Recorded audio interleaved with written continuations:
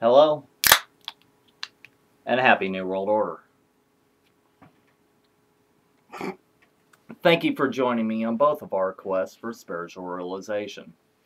In this age of global telecommunications, restricted by as yet unjust laws, each individual can have his voice heard.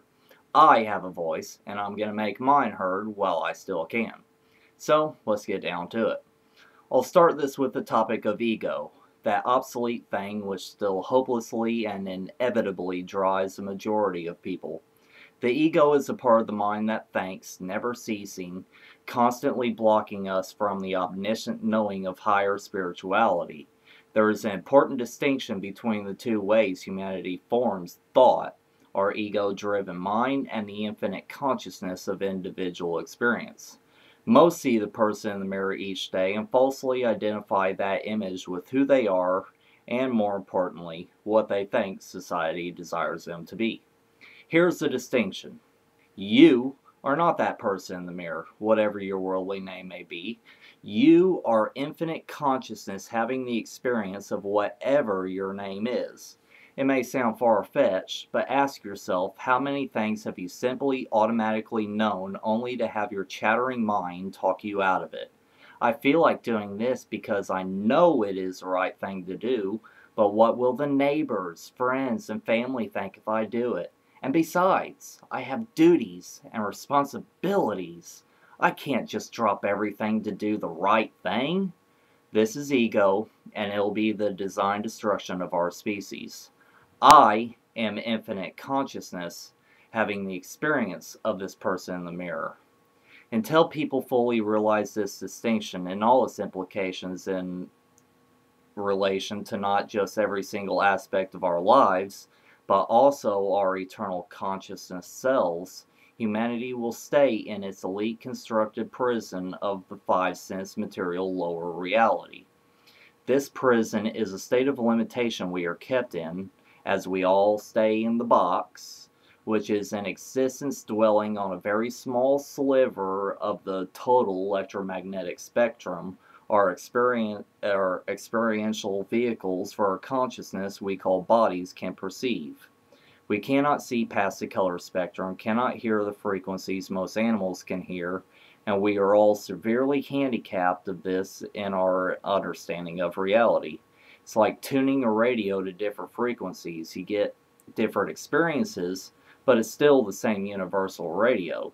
Reality itself is nothing but a single plane of information that is projected into what we know of as the dimensional hologram.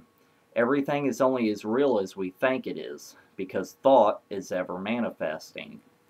Science cannot, or more appropriately will not, explain why humans are the only species on Earth that use only 10% of their brain power at any given time.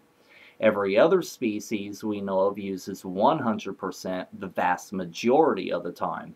There are many more anomalies with the human body, but as they are a bit more esoteric, I'll use this as the example for now, as it is proven science. Why is the brain power of humanity limited? This question invariably brings us to the mystery of the biological missing link from man to apes and its evolution. How did these animals make the leap from primitive instincts and grunts to civilization and advanced communication in so short a time in evolutionary terms? Science won't tell you, so I will. Sumeria, what we're told is the first civilization, had a group of gods they called the Anunnaki, and they said, on their stamped cuneiform clay tablets, that this was the group which created man in their own image. The Sumerians did not think the Anunnaki were a mythology, but instead thought that they were recording the history that happened, as all religions do. Much of the Bible creationary myth is directly plagiarized from the Sumerians' Epic of Gilgamesh. So let's use this as a template where the stories came from, so we can get down the rabbit hole to the deepest truths. I know this may sound crazy at first glance, but from the historical record it would seem that the Anunnaki were not mythological gods at all, but were in fact an extraterrestrial species. That is, the Anunnaki were not a race of this planet, and highly advanced in comparison to everything that was on the planet at the time. Ancient man did not know how to describe what he was seeing, so he put a supernatural spin on it. Instead of a UFO that he saw, they were flying burning chariots. I think that these entities might have been the basis for all the world's ancient gods, but that's my opinion. It's just odd that all these old civilizations attribute the same traits to their particular gods that seemingly disconnected civilizations on the other side of the world did to theirs. These were the genetic manipulators of the ancient past, and consider for a moment that Adam might have been the first test tube baby. Then he was enslaved.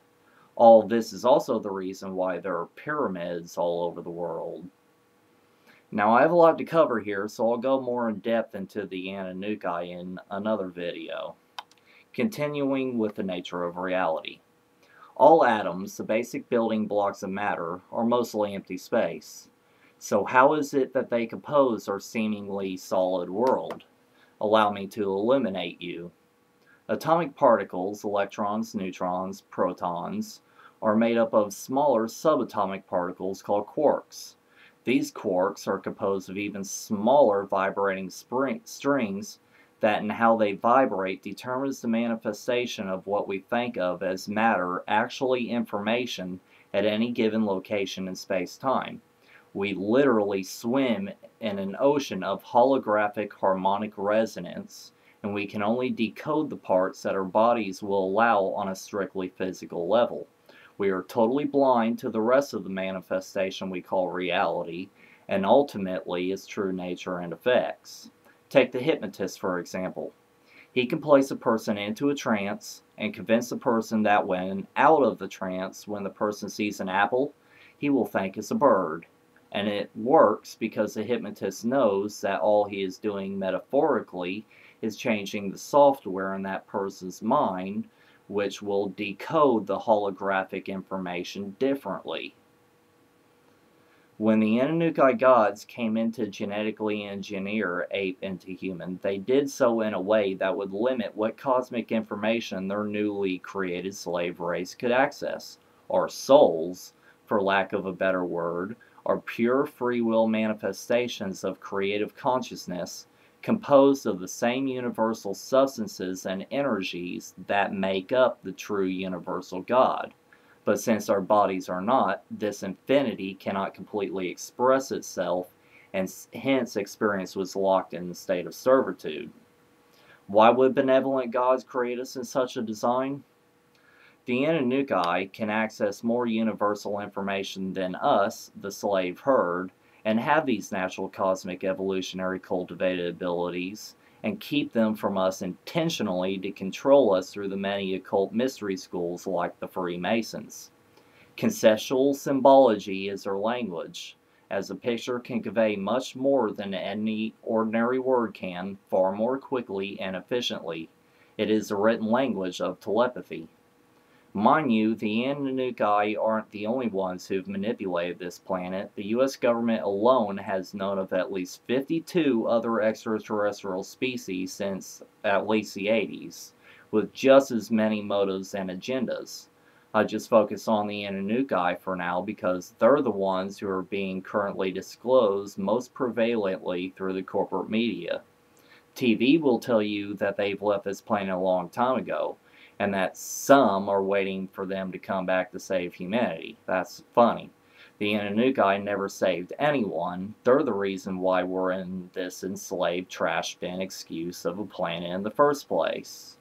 I'm telling you, the listener, from my research, that these Anunnaki never left, but have been here the whole time, directing civilization with a top-down command and control pyramidal hierarchical structure, and are precisely the reason for every problem in the world, as well those problems contrive to distract us from the real problems like tyrannical, hereditary, royal, collectivist oligarchism.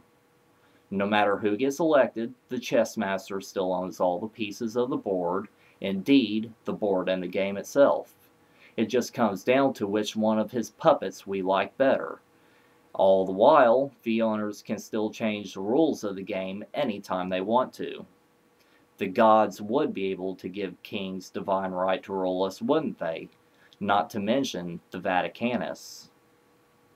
The Anunnaki are also the reason, through the royal blood lineage Illuminati family intermediaries between us, the herd, and them, who have always been around operating under different names in history, for the fake problems used to further the agenda with a capital A, like the fabled WMDs in Iraq, Army produced H1N1, CIA and the International Intelligence Agency terrorism, and a global warming fraud theory built on a foundation of blatantly falsified data, all to get a quote planetary regime, as John P. Holdren says. You might be asking yourself the question, among many others, most likely concerning my level of fallacy, satire, and sanity, that if this group has always ruled, then why don't we live in a 1984-esque Brave New World Order global scientific totalitarian dictatorship today? It has to do with what we truly are and the nature of reality. We are infinite consciousness creating our unique and therefore consensus realities to gain self-realization by expressing free will. You see, they, the powers that be, have to totally subvert everyone's free will, consensus reality, to make people want what they ordinarily wouldn't independently create for the benefit of experience. You cannot make a god, all of us, do what it doesn't want to do. So they have to con us into doing it to ourselves first. This is, at least, part of the code the Illuminati follow amongst themselves. Remember, all we have to do is say no to any form of tyranny. We don't have to live any way that we don't want to. The greatest trick of a manipulator is making a person think they came up with the idea that only helps that manipulator, to the detriment of the person being manipulated. We all have scars from this state of existence. It's time for this to truly change. Have a happy New World Order.